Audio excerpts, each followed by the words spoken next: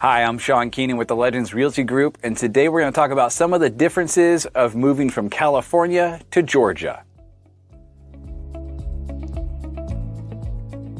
First off, the time zone difference. 3 hours doesn't sound like much, but when you're a sports fan and you want to watch Monday, Sunday, Thursday night football, instead of starting at 5:30, it starts at 8:30. That means it also doesn't get over till about 11:30 to 12 on some nights. If you have to wake up early the next morning, that can be a bit rough. For food, there's no In-N-Out, no Jack in the Box. Jack in the Box, the closest one to my hometown of Buford, is about 80 miles north in South Carolina. In-N-Out, I believe the closest In-N-Out is actually going to be in Texas, so be ready to make a drive if you get that craving.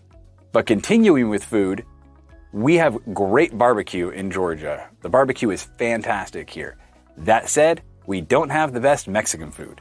I love Mexican food. Growing up in Southern California myself, I had a lot of great Mexican food options. Here, if you still want authentic, good tasting Mexican food, you're still gonna get like the good burritos and every tacos and stuff like that from taquerias at the gas stations, but you're not gonna find that many quality Mexican food restaurants where you can sit down and enjoy a meal with the family. Next, Georgia is actually quite a melting pot, just like California is. A lot of people have perceptions that Georgia might be a certain type of whatever. It's actually a melting pot of everyone. Almost everyone in the Atlanta, especially Metro Atlanta area, is actually a transplant from somewhere else. A lot of corporate relocations, a lot of people that came here after the Olympics. So it is a vast, diverse melting pot. We love that here.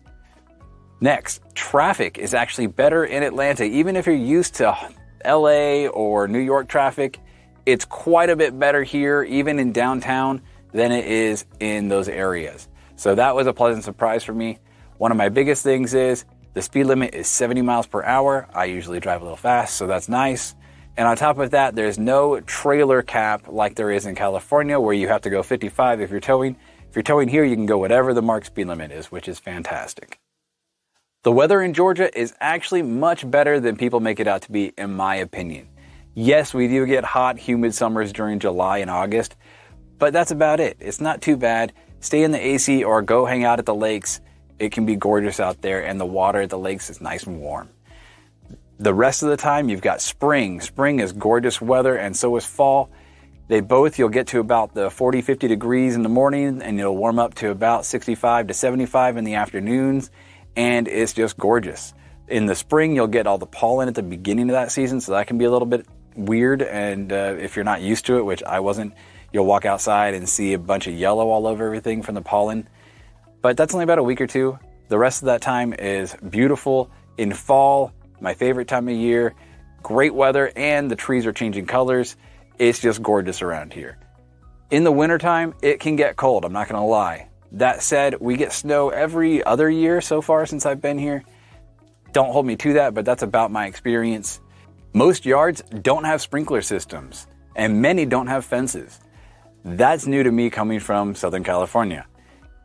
In that area, I'm used to working on my sprinkler heads to make sure that everything hits the grass just right and I don't get any of those dry patches, and I'm also making sure that there's not too much pooling in this corner of the yard or anything like that.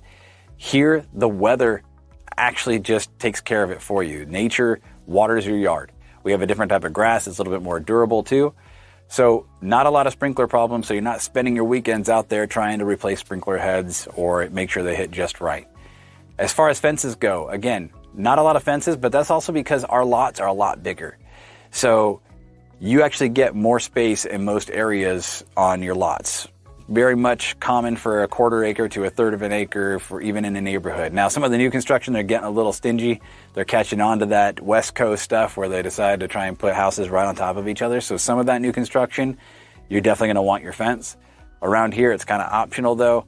And most lots don't have a fence. And new construction, it doesn't come with a fence. So one of the first things that everybody does is put a fence up, of course, but not standard here in Georgia. Another perk to Georgia to me, you don't have to go very far to actually enjoy nature. There's waterfalls, rivers, lakes, and parks within an hour's drive or less by far around here. So we have a lot of lakes. We have Lake Lanier, which is gorgeous and huge around me. The water actually gets warm during the summer. I know that most of the lakes that I went to like Lake Pyramid, Nacimiento, Tahoe, all those ones, always cold. Not that enjoyable. Beautiful, but not warm.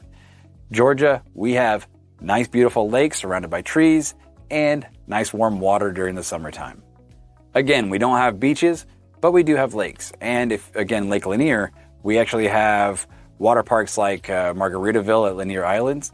They actually have white sand brought in, beautiful little cove with white sand beaches. You can lounge around, watch a giant big screen. Again, if you're there on a Sunday, sometimes they'll put the games on. Or Saturday, they'll put college football on. College football's big here. On top of that, you've got water slides everywhere, and you can sit there and enjoy your white sand beach while the kids are running around in a safe environment, going down water slides, playing. It's quite peaceful. And again, not a far drive. I love that about this area. Something else I wasn't used to, the states are a lot smaller on the East Coast. So you can go to a lot of new experiences in a lot of different states and check those out without driving near as far. I'm used to going from Southern California up to Sacramento was 8.5, 9-hour drive, maybe a 7-hour, 7.5, something like that. Anyways, here, if you're willing to drive anything like that, you can get to Raleigh, North Carolina, about 5 hours.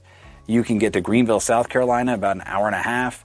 You can get to Savannah, Georgia. Yes, I know you're Georgia, but you're all the way at the ocean in about 5 hours. You can get to Nashville, Tennessee in about 4.5 hours. And you can get to Disney World in Florida in about 7 hours. And anybody that wants to just enjoy that panhandle of Florida for a vacation like Destin or places like that, you're looking at about 5 to 6 hour drive, depending on which part of that area you want to be in. So you can get to a lot of different areas on the East Coast without driving forever. Something else that's relevant in today's world, gas prices are much more affordable here. We're usually at least $1 cheaper than the West Coast. Gotta love that, just had to point that out. Sales tax is lower, so we're gonna get to the cost of living thing. Sales tax overall is lower. I wanna say sales tax in California was around 8% when I left. Might be more, might be less. Never usually goes down though. Here in Gwinnett County, we're at 6% sales tax. Income taxes for the state are definitely less. I want to say it's about 5% in Georgia. I know it's more in California.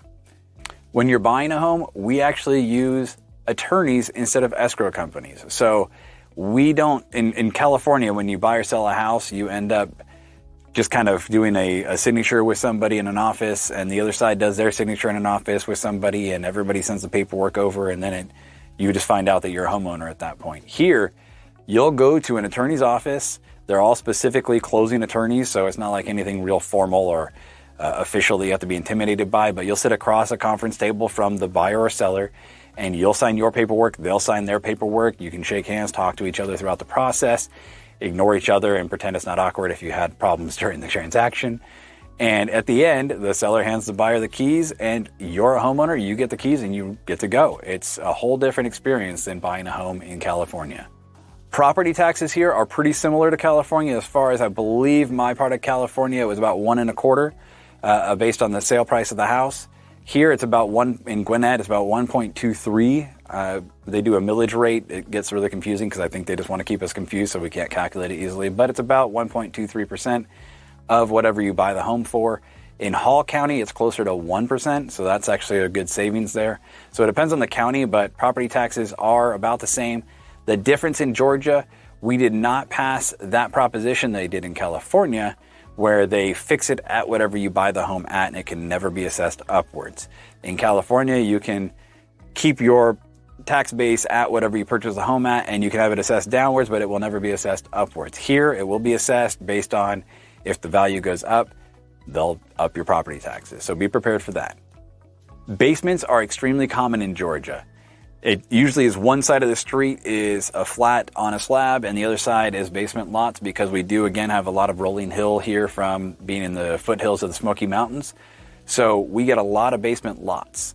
So that's an awesome feature to be able to have extra space for playrooms, in-law suite, all kinds of things. You get a lot of people with movie theaters in their basements, a lot of game rooms.